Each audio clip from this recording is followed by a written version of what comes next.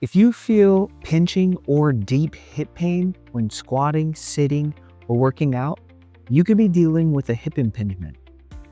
These advanced exercises are designed to help strengthen and improve the mobility of your hip without irritating the hip joint. Stay tuned.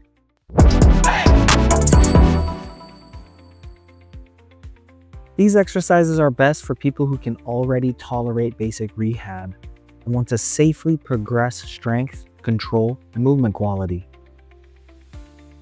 First, split squat with a hip bias. This is going to load the hip and take off stress off the front to decrease that impingement. So we're going to take a split squat stance. Then we're going to hinge forward here. This is going to load the glute and take off stress from the anterior hip muscles that can contribute to some of the impingement. So cues here, we're staying forward. And we're going to put pressure on this front heel. So I don't want to put a ton of pressure on the toe there. I want to keep the pressure on the front heel. Then we're just going to drop down like a split squat in control. And then we're going to come back up. Notice how my chest stays forward and I don't lift up like this as I'm coming back up, or as I'm going down, I don't do this. Okay. Another important thing to note is as I'm here and my weight's forward and I can still kind of wiggle my toes in the waist near my heel, as I drop down, my knee doesn't cave in like this. That can also contribute to that pinching in the hip. We're going to repeat 8 to 12 reps per side for 3 to 4 sets.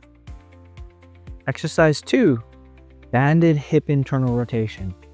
So oftentimes hip internal rotation is lacking when we have a hip impingement. So we need to improve the strength of the hip internal rotators. So internal rotation is this motion here. So oftentimes those muscles there will be weak and we won't be able to control them. So we're going to start with a band around our ankle, and I'm just going to step on this side here. I'm going to do my right leg. We're going to sit because it's easier sitting, and then I'll talk about making it harder. Then we're going to internally rotate, pause, and then bring the foot back into neutral again, nice and controlled.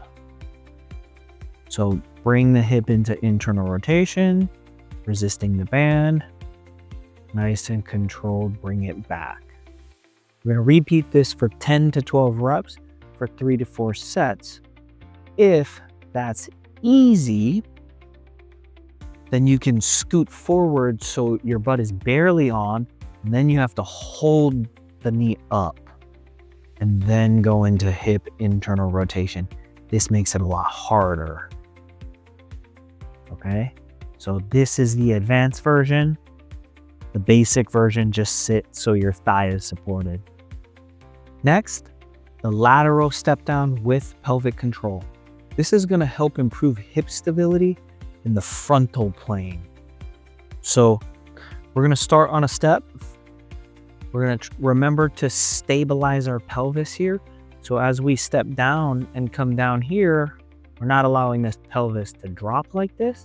I also want to make sure that we're stabilizing this knee so our knee tracks in the proper direction and doesn't cave in this direction. So we're here and we are working the hip that's on the step. So we're stable, pelvis stable, nice and controlled. Tap down, come back up. Nice and controlled, tap down, come back up. We're going to repeat 8 to 12 reps, nice and controlled, then switch sides for 3 to 4 sets. Next, 90-90 hip mobility with a lift off. This is going to help improve our hip mobility and control without putting excessive joint force on the joint. So we're going to start in the 90-90 hip position. So one thing, if we can't even get into this position, I'm going to show a modified version after this. Just do that one. If also we can't maintain relative upright posture, a little bit of leaning is fine. But if we start having to do this to do the exercise, that's too much. Just do the modified version. So we're going to be in this 90-90 position. We're going to be here. Our hand can support. Our hand, I like to grab a hold of my front leg. This makes it a little bit easier. Then we're going to lift the back foot up. That's going to put our hip into that internal rotation movement. So we're here, we're nice and stable. We're going to lift up. We're going to control it back down. We're going to lift up. We're going to control it back down. We're going to repeat 4, 5 to 8 repetitions. Now I'm going to show you the modified version. Okay, so the first modified version is to just use a box or a step or something that's a little bit higher off the floor, but it needs to be big enough for you to be able to sit on and have your legs in that 90-90 position. The only difference is that when this leg is back, it can be a little bit lower. So it's off to the side here. See how my knee drops down below my hip? That's going to make it easier. Okay, so this leg can stabilize here. Notice how even my body is a little bit more upright. And then again, I'm just going to lift that back heel off, right? This is still relatively difficult. We're going to lift that back foot off without doing that, right? We're trying to get hip internal rotation on that leg that's in the rear of the 90-90. If this is still difficult, then we can do it in a chair.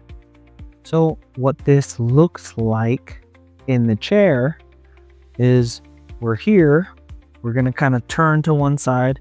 My hips are going to kind of shift over to the other side. So my leg is in that modified 90-90 position. And then I'm going to, again, lift my heel here. All right, same thing. We'd be doing 5 to 8 reps again on both sides. These exercises should be challenging, but never aggravating like that sharp hip impingement pain that you're feeling. If you do feel that while you're doing it, we need to either decrease the range or decrease the load stimulus. If you found this video helpful, please like, subscribe for more physical therapy videos, and drop a comment below how this might have helped you, or if you have concerns or questions regarding the content on this video. Thanks. Subscribe for more evidence-based rehab exercises. Valley Rehab Physical Therapy and Return to Work Center.